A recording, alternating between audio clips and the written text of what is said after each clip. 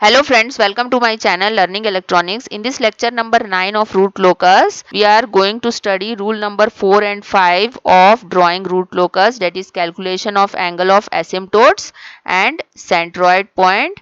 In the previous classes, we had already studied 3 rules of drawing root locus, that is rule number 1, 2 and 3. So if you want to see those videos, you can check them in the description box below or you can go to the channel playlist. So before starting the video, please subscribe my channel and also press the bell icon so that you can get more updated videos from here. First we will study rule number 4 of drawing or making root locus. Generally, number of open loop poles P is greater than number of open loop zeros Z. In such case, P minus Z branches will approach to infinity. This we had already studied in the last class. When number of open loop poles is greater than number of open loop zeros, then in such case P minus Z branches will approach to infinity. The branches that are approaching to infinity do so along the straight lines called as asymptotes of root locus. That means the branches which are approaching to infinity, they go towards the infinity through the straight lines called as asymptotes of root locus.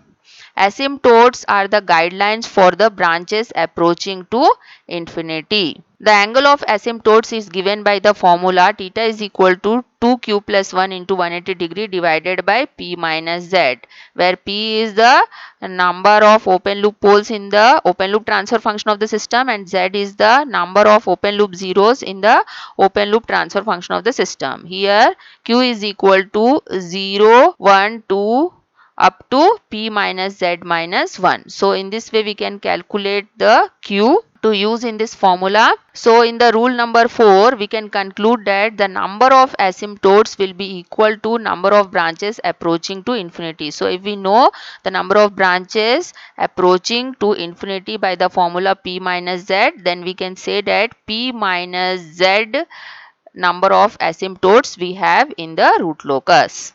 Next we will study rule number 5. Along with the angle of asymptotes, the location of asymptotes is equally important. That means the nature of asymptotes is equally important. So all the asymptotes intersect the real axis at a common point which is called as centroid. And we have to remember that centroid is always real in nature and it may be located on real or positive real axis and may or may not be the part of the root locus. The coordinates of the centroid is given by the formula sigma is equal to summation of real parts of poles of g of s into h of s. Here g of s into h of s is the open loop transfer function of the system, then minus summation of real parts of zeros of g of s into h of s divided by p minus z. So using this formula we can calculate the coordinates of the centroid, and this centroid gives the nature of asymptotes in the root locus. Now to understand this rule number 4 and 5, let us take one example. So example number 1 is g of s into h of s is equal to k divided by s plus 2 plus j2 into s plus 2 minus j2 into s plus 1 is given.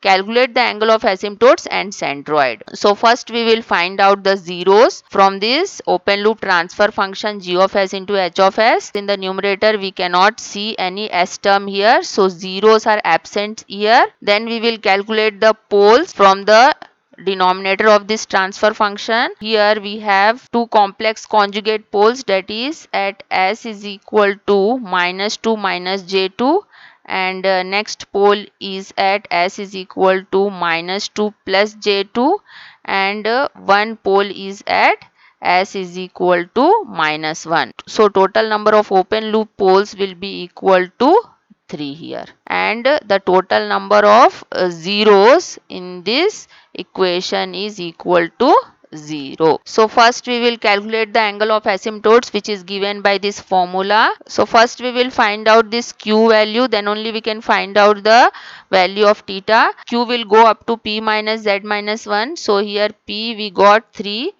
0 is 0 and minus 1. So here we will get 3 minus 1 is equal to 2. That means q will go up to 2.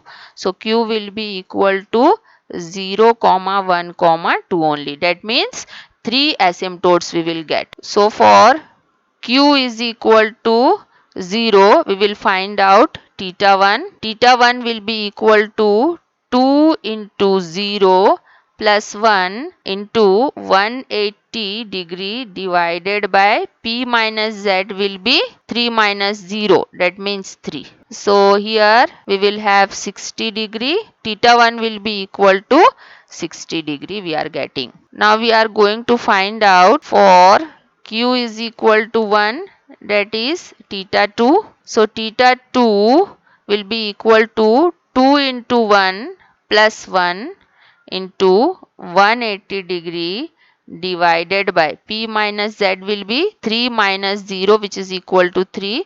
Again this will be cancelled out and we'll get 60. So theta 2 will be equal to 180 degree we are getting. Now we are going to find out for q is equal to 2, that is theta 3. So theta 3 will be equal to 2 into 2 plus 1 into 180 degree divided by p minus z is 3. So theta 3 we will get 300 degrees. So we are getting three angles, that is theta 1 is equal to 60 degree, theta 2 is equal to 180 degree and theta 3 is equal to 300 degree we are getting. So we have found out the angle of asymptotes here.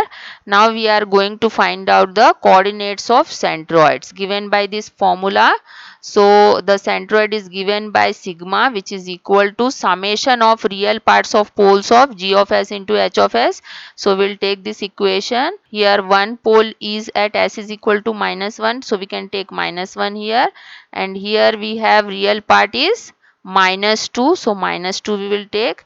Here also real part is -2. We don't have to take this imaginary part. J2 is imaginary. So we are not taking here in this formula. Then minus summation of real parts of zeros of g of s into h of s. Since here zeros are absent in this equation, we are taking here 0 divided by p minus z. Number of poles are 3 and number of zeros are 0. So we are getting this type of equation. So from here we will get -5 divided by 3, which is equal to 1.67. So our centroid will lie at 1.67. So now we will make the root locus. So first we will represent the poles on this S plane. One pole is at S is equal to -1. Another pole is at S is equal to -2 minus J2. Let this be -2 and J2 is somewhere here, plus J2 we will take and minus J2 will take here. So one pole will lie here, -2 minus J2, and another pole will lie somewhere here, -2 plus J2, and the centroid is at 1.67. So somewhere here we have 1.67. First angle of asymptote theta 1 is equal to 60 degree. One of the branch will approach to infinity with an angle of 60 degrees. So this is the one line which is approaching to infinity with an angle of 60 degrees. So this is the theta 1 which is equal to 60 degree. Then we have second angle, that is theta 2 is equal to 180 degree. So our second line will approach to infinity with an angle of 180 degree. So this is our angle 180 degree. So remember that we always have to take the angle from the positive real axis, and the third straight line will approach to infinity with an angle of 300 degree. So this angle will be our 300 degree, which is equal to theta 3. So our theta 3 was 300 degree. So this is our final root locus which we are getting for this open loop transfer function equation. So hope you have understood the topic and the numerical. Thank you very much for watching, and please do subscribe my channel for more updates.